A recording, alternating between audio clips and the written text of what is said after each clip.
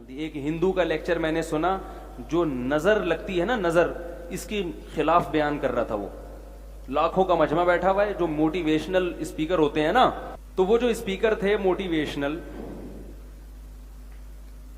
وہ کیا کہہ رہے تھے لوگوں کو کہ تم نظر وزر کے چکر میں مت پڑا کرو, یہ کچھ بھی نہیں ہے, اس کی کوئی سائنٹیفک حقیقت نہیں ہے. اور دلیل یہ دے رہے تھے کہ اتنے خوبصورت خوبصورت دنیا میں لوگ ہیں, اتنے فلمی ایکٹریسز ہیں اور اداکار ہیں اور اداکارائیں ہیں اور ایسے طاقتور بلڈر ہیں, ان کو تو نظر لگتی نہیں, اور آپ کے ہاں کوئی خوبصورت بچہ پیدا ہوتا ہے آپ ڈر جاتے ہو. مولویوں نے ڈرایا ہوا ہے نا, وہی ان کے تو مولوی کے لفظ استعمال نہیں کیے انہوں نے, لیکن نظر کو کون برحق کہتا ہے؟ اسلام کہتا ہے نا, کہ اسلام کہتا ہے کہ نظر لگتی ہے, یعنی لگنے کا چانس ہوتا ہے. اتنی نہیں جتنی یہ روحانی ٹوپی ڈراموں نے لگوائی ہوئی ہیں, اتنی کہ ہم بھی قائل نہیں ہیں. یہ روحانی علاج والے تو الو بنا رہے ہیں, الو, اور بنو, دبا کے بنو الو ان کے سامنے. جو جائے گا نظر لگ گئی, کالا جادو, پیلا جادو, الو کے کیا بولوں میں ان لوگوں کو یار. تو میرا تو دماغ ایک دم خراب ہونے لگتا ہے, کیونکہ بہت الو بنا رہے ہیں ماشاءاللہ بھر بھر کے, اور آپ لوگ بن رہے ہو. میں بیان کر کر کے تھک گیا, مگر آپ لوگ الو بننا نہیں چھوڑتے. روحانی علاج والوں کے پاس جاؤ اور الو بنو. لیکن فی نفسی نظر برحق ہے. حدیث میں آتا ہے کہ اونٹ کو ہانڈی تک پہنچا دیتی ہے نظر. اتنے بڑا اونٹ ہے, نظر لگی, مرا, ذبح کیا, اور کہاں گیا؟ ہانڈی میں. تو وہ تقریر میں کہہ رہے تھے کہ بھائی دیکھو اتنے خوبصورت لوگ ہیں, ان کو تو لگ نہیں رہی. تو اللہ کے بندو, نبی صلی اللہ علیہ وسلم نے کب کہا کہ ہر ایک کو لگتی ہے؟ جو بھی خوبصورت ہوگا اس کو نظر, جو بھی اونٹ ہوگا اس کو نظر لگے گی. کچھ کو لگتی ہے اور بہت سو کو نہیں بھی لگتی. ایسی مثالیں دی جائیں گی. جب یاد رکھو, بہت اہم پوائنٹ کی بات کر رہا ہوں, اللہ کرے سمجھ میں آ جائے. کیا کیا سمجھائیں یار, اصول بھی سمجھانے پڑتے ہیں. جب کوئی شخص دعویٰ کرتا ہے تو اس کے ذمے دلیل دینا ہے. آپ کے مطلب کی دلیل اس کے ذمے نہیں ہے. بہت اہم اصول ہے, یاد رکھ لو. جب بھی کوئی دعویٰ کرتا ہے تو اس کے ذمے نفس دلیل ہے, یعنی کوئی بھی دلیل. جس دلیل کا آپ مطالبہ کر رہے ہو وہ اس کے ذمے نہیں ہے. دعویٰ ثابت کرنے کے لیے نفس دلیل کافی ہوتی ہے, خاص دلیل ضروری نہیں ہوتی. اس کی مثال پہلے سمجھیں. آپ نے عدالت میں کیس کیا کہ وسیم بھائی نے میرے 2 لاکھ روپے کھائے ہوئے ہیں. عدالت نے کہا گواہوں سے ثابت کرو. آپ نے 2 گواہ پیش کر دیے جن کی آپ سے کوئی رشتہ داری بھی نہیں تھی. 2 گواہ پیش کر دیے. وسیم بھائی کوئی بیٹھے ہوں تو معذرت, اب مثال سے تو بات جب یہ آئے گی, کوئی ایسا نام ہو, اب میں بولوں کہ قطب الدین شاہ, کوئی ہو ہی نہیں. تو وسیم بھائی نے یہ کہا کہ یہ جو جج صاحب انہوں نے جو 2 گواہ پیش کیے ہیں, مجھے یہ والے گواہ منظور نہیں ہیں. کلیم اور جبار کو گواہی کے طور پہ پیش کریں گے تو میں مانوں گا. کلیم اور جبار گواہی دیں کہ میں نے 2 لاکھ روپے کھائے ہیں, جج مان لے گا آپ کا دعویٰ؟ بولے گا تو یہ مطلب کہ بھائی جب 2 عاقل بالغ اور نیک عادل, ہاں ان گواہوں پہ کوئی اعتراض ہو تو ایک الگ بات ہے کہ بھئی یہ ملے ہوئے ہیں, انہوں نے پیسے کھائے ہیں. بھئی 2 گواہ پیش کر دیے, عادل عاقل بالغ, کافی ہے. آپ ہی کہہ رہے ہو نہیں وہ وسیم ادھر سے کلیم کو لے کر آؤ, جبار کو لے کر آؤ. یہ جہالت کی بات ہے. تو میں یہ کہہ رہا تھا, وہ کہتے ہیں کہ ہندو تقریر کر رہا تھا کہ نظر نہیں لگتی. پہلی بات تو یہ کہ ہمارے پاس نظر کے برحق ہونے کی دلیل کیا ہے. وہ کہتے ہیں ان کی کوئی دلیل نہیں ہے کہ نظر, کوئی سائنٹیفک بات. یہ کہ سائنس ہر چیز کی دلیل نہیں ہوتی. سائنسدانوں کو یہ ابھی تک نہیں پتا چلا, یہ اس بات کی دلیل نہیں ہے کہ یہ ہے ہی نہیں. آپ یہ کہہ سکتے ہیں سائنس یہاں تک پہنچی نہیں ہے, ختم ہو گئی. سائنس نے کب دعویٰ کیا کہ دنیا کی ہر چیز کو ہم نے دیکھ لیا ہے؟ تو آپ یہ نظر کے باطل ہونے کی دلیل بن نہیں سکتی. ہاں یہ کہہ سکتے ہیں کہ مسلمانوں کے پاس اس کے برحق ہونے کی کیا دلیل ہے. ہم کہتے ہیں ہمارے پاس ہمارے پیغمبر کا قول ہے اور مشاہدہ بھی ہے. مشاہدہ بذات خود ایک دلیل ہوتی ہے کہ آپ نے ایک کام ہوتے ہوئے دیکھا اور اس کی وجہ بھی دیکھی, وہ خود ایک دلیل ہے. سب سے پہلے تو ہمارے پاس, اگر ہم نبی کو برحق سمجھتے ہیں تو ان کے قول بھی ہمارے لیے کیا ہے؟ بولو بھائی, دلیل ہے. ہم نبی کو برحق سمجھتے ہیں, آپ نہیں سمجھتے تو آپ کے لیے نہیں ہے. ہم آپ سے اس پر بحث کریں گے کہ آپ محمد صلی اللہ علیہ وسلم کے برحق ہونے کی کیا دلیل ہے. جب آپ اس پر آئیں گے پھر آپ کو محمد صلی اللہ علیہ وسلم کی ہر بات سمجھ میں آئے گی. کیونکہ آپ اس کو نہیں مانتے تو آپ سے پھر بحث کرنا فضول ہے. آپ صلی اللہ علیہ وسلم نے فرمایا العین حق, نظر کیا ہے؟ برحق, لگتی ہے. رہا یہ مسئلہ کہ اتنے مشہور اداکار, تو جو علماء ماہرین ہیں نا جنہوں نے اس پہ بہت ریسرچ کی ہے نظر کے بارے میں, وہ یہ کہتے ہیں کہ نظر ایسی چیزوں کو لگتی ہے جسے دیکھ کر انسان اچانک حیران ہو جائے, اور جو اداکار فنکار مشہور ہوتے ہیں نا ان کو دیکھ کے اچانک تبھی مشہور چیزوں کو نظر نہیں لگتی, پہلے سے ذہن میں ہوتا ہے. ممکن ہے کسی کو یہ اشکال ہو کہ جو بڑے بڑے جو کیا ہوتی ہیں وہ جو انعامات جیتتی ہیں حسن و جمال کے, ابے اس کو مس ورلڈ جو جیتے نا مس ورلڈ, تو لوگوں کے ذہن میں ہوتا ہے نا پہلی دفعہ جب نظر پڑے گی, ابھی تو شہرت نہیں ہوئی نا, لیکن جس وقت وہ مس ورلڈ بنی تھی اس وقت تو اس کی شہرت, بول لو مس ورلڈ کی بات کر رہا ہوں, جب وہ مس ورلڈ بنی تھی تو اس کو تو فرسٹ ٹائم لوگوں نے دیکھا تھا نا, اس وقت نظر کیوں نہیں لگی اس کو؟ بھائی وہ تو چلو ہم نے دعویٰ کیا جب ایک چیز مشہور ہو جاتی ہے تو نظر لگنے کا چانس ختم ہو جاتا ہے یا تقریباً کم ہو جاتا ہے, لیکن جب پہلی دفعہ وہ اسٹیج پہ آتی ہے اتنی حسینہ, تو اس کو اس وقت نظر کیوں نہیں لگی؟ اس وقت لوگ ذہنی طور پر تیار ہوتے ہیں کہ کوئی بہت بڑی فلم آنے والی ہے اسٹیج پہ. یہ ذہنی طور پر تیار ہونا بھی آپ کو اچھمبے سے باہر نکال دیتا ہے. ایک دم بہت زیادہ حیران نہیں ہوتے آپ, کیونکہ آپ کا ذہن پہلے سے مانوس ہوتا ہے کہ بہت کوئی خوبصورت آئے گی یا آئے گا, کوئی بھی مسٹر ورلڈ آئے گا.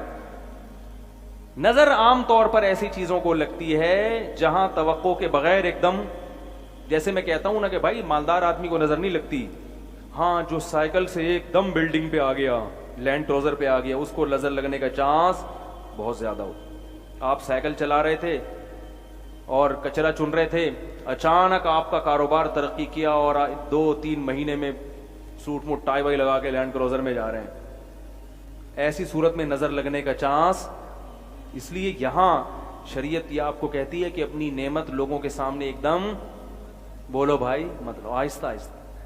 پہلے سائیکل سے 50 خریدو, ہونڈا 50, اگرچہ پیسہ آ گیا آپ کے پاس, لیکن پہلے لوگوں کو مانوس ہونے دو 50 پہ آ گیا. لوگ کہیں گے بڑی بات ہے بھائی 50 کو نظر لگنے کا چانس اتنا, پھر رکشا لو, پھر چنچی پہ آؤ, پھر ایک ٹیکسی خرید لو پرانی سی 78-75 ماڈل, ٹھیک ہے نا, لوگ اس سے مانوس ہو جائیں گے بھائی بڑا ترقی کر رہا ہے. آہستہ آہستہ ترقی کر کے لینڈ کروزر تک پہنچو, ایک دم آسمان پہ پہنچ گئے تو نظر لگتی ہے حاسدین کی, جو جیلس ہوتے ہیں, حسد ہوتا ہے نا, ابے یار یہ ہمارے سامنے یہ ہے, تو وہ حسد کی نظر سے دیکھتے ہیں تو واپس سائیکل سے بھی پہلے تو سائیکل پہ تھے اب سائیکل سے بھی کچرا کنڈی پہ آ گئے بالکل ہی.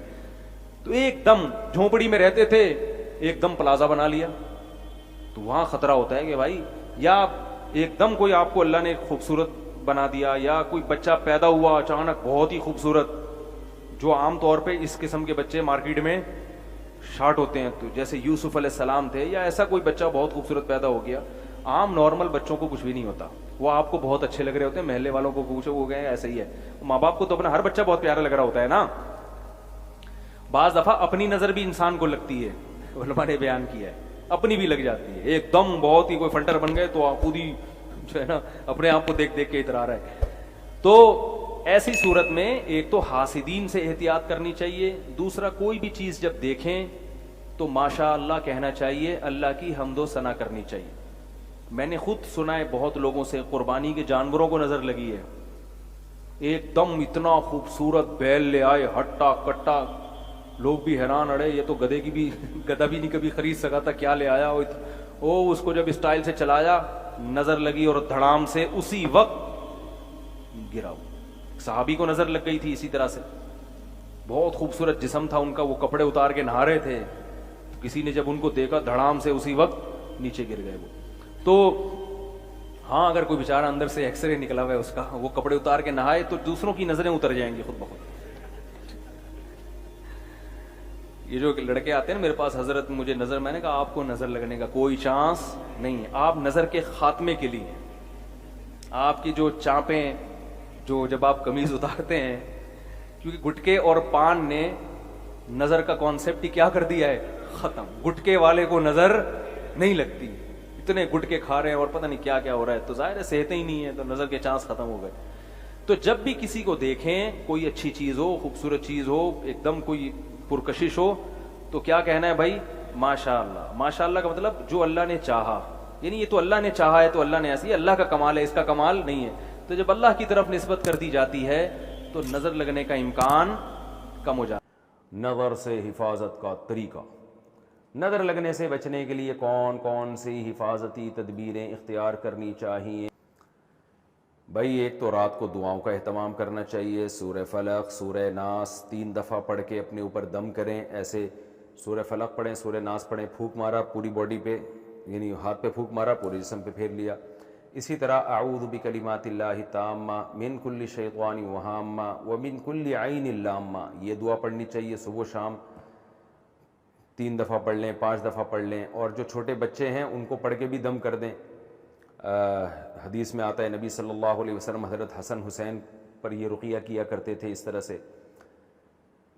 اور نظر سے بچنے کے لیے کچھ احتیاطی تدبیریں بھی ہیں. کوئی چیز بہت زیادہ اٹریکٹیو ہو، بہت ہی کوئی، یعنی نظر دیکھیں عام طور پہ جب لگتی ہے جب اچانک کوئی اچھمبے کی بات ہو جائے.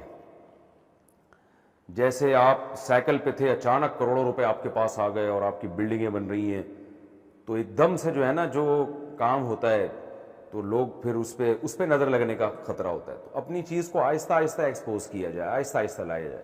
میں اکثر بیان میں بتاتا ہوں نا، اگر آپ کو اللہ نے اچانک دولت دے دی ہے تو ایک دم سے سائیکلز پہ آپ جو ہے نا، سائیکل سے آپ V8 پہ نہ آئیں، لینڈ کروزر پہ نہ آئیں.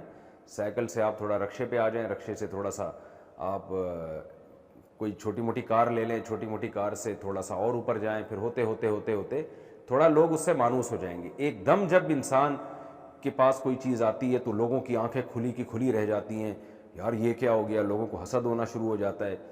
تو اس سے نظر لگنے کا خطرہ ہوتا ہے.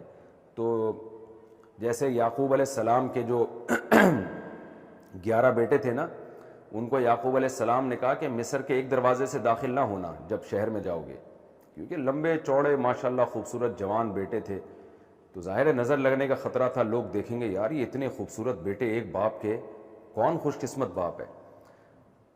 تو حضرت یعقوب جہاں رہا کرتے تھے ارض شام میں، وہاں تو انہوں نے یہ اہتمام نہیں کیا، کیونکہ وہاں تو سب لوگ مانوس تھے. سب کو پتا تھا گاؤں میں کہ یہ یعقوب علیہ السلام کے بیٹے ہیں، اور ایک ایک کر کے بیٹے پیدا ہوتے گئے، بڑے ہوتے گئے.